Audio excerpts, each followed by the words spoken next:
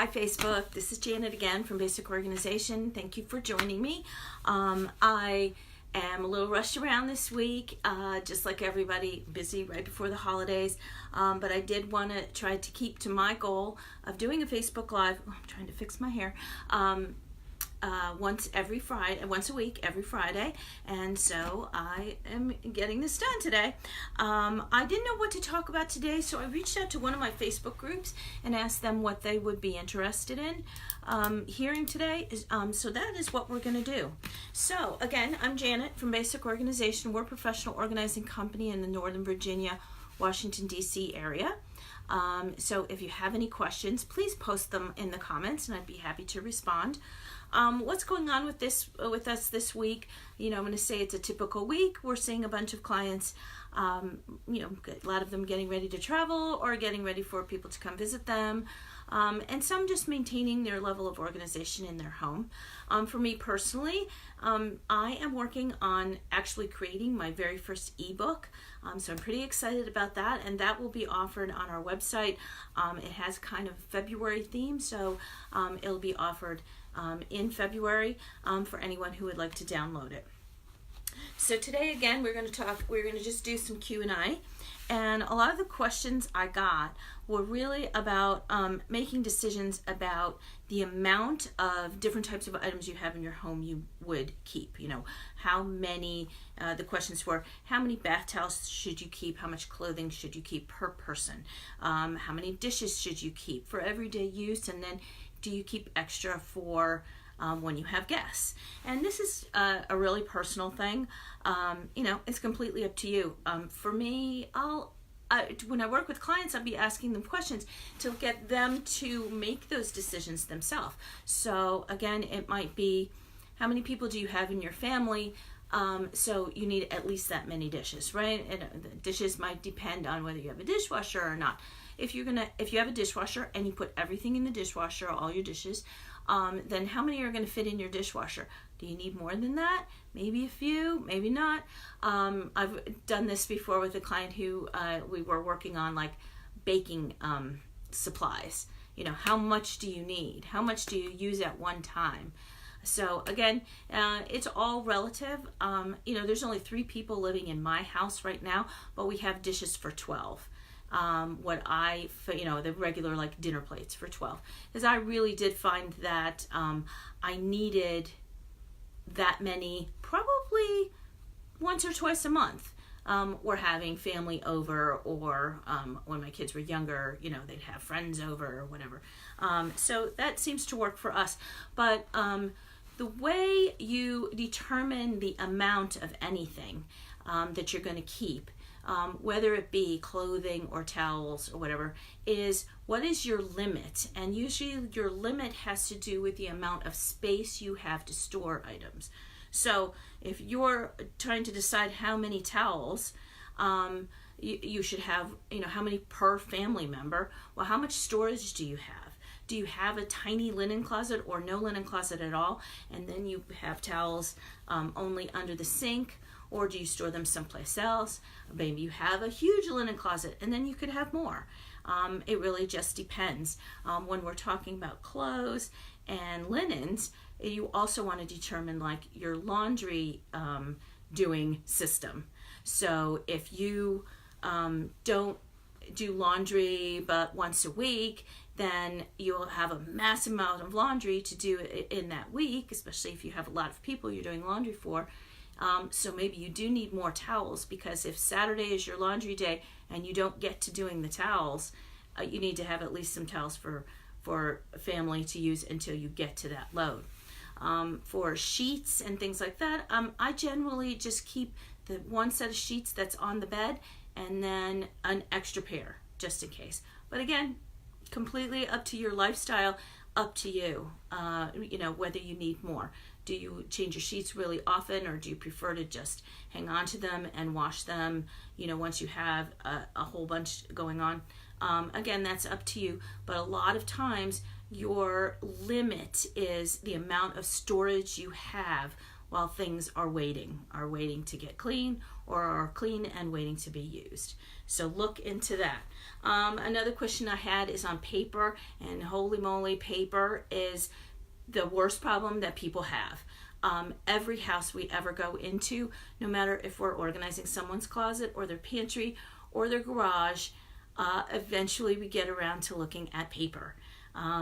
Even in today's world where things are much more digitized and there are a lot of people that are paperless, there are still a lot of people that keep a lot of paper, bring a lot of paper into their home. And again, we help you set up a system it comes in, you've got to process it, and then some of it's got to go out. You've got to get rid of paper in order to just maintain, a clear and simple home. So the last question I had is about getting rid of things that you're not sentimentally attached to. Excuse me, I do have a cough. And we work with clients often to say that say they're downsizing or they're moving, and they might not be moving to a much smaller place, but who wants to pay to move items that you don't want anymore? So there's always a lot of options to getting rid of things. The simplest, easiest is to donate. If it's still good, if it's good enough that you would offer to a friend, then it's good enough to donate. And there are a lot of charities, there are a lot of thrift stores around, at least in my area. Go ahead and do that. It can be gone, immediately. You can put it in your car and drop it off, and you're done. The first option to selling items, if you want to do it yourself, is Craigslist or Facebook Marketplace. Both good avenues to sell kind of what I would consider, yard sale type items. $5 for this and $10 for that. A sofa for $50. An extra piece of furniture, that kind of thing. Some things sell really well in those venues, and some don't do very well. What you really have to determine is it worth your time and effort to sell something for $5? If you're going to have a yard sale, I think both of those venues are good places to post the advertisement for your yard sale, because you can get a lot of people in looking at every item you have. But that is completely up to you. Then what I see is the next tier for selling things is consignment stores. And again, it depends on where you live, but consignment stores around where I live have really beautiful, great items. And some consignment stores deal in just clothing, and some do clothing, some do furniture, some do knickknacks, some do, you'll find really nice jewelry. At this time of year, you'd find lovely, holiday items. And those are really great places to work with and to also shop. It takes more time, it takes more effort, and of course, every consignment store needs to make their money, so they're going to take a percentage of what you are selling. There is also the venue of online consignment. There's a lot of clothing online, clothing websites that sell on consignment. Great deal. Again, those are really easy because you can get the stuff out of your house. Boom, you're done. You fill out a form on their website. You put everything in a bag that they actually send you, and you're good to go. I will put some of these suggestions in a comment under this video, but if you have any questions, I'd be happy to answer them for you. And then the very last thing is, if you're trying to get rid of a whole house worth of stuff, you are downsizing, or you're clearing out a relative's home, or you have a substantial amount of items, anything that's antique or anything, you want to look at an auction house or an online or local estate sale company. And again, those are professionals that do a service, not like what we do, but we refer you to people that we work with often. And again, we can help you identify where your items should be sold. And again, just get it out. So that is, making that decision is really up to you. I really work with clients to let them ask them to consider, they purchased something, they've used it, you've had it for years, you've loved it.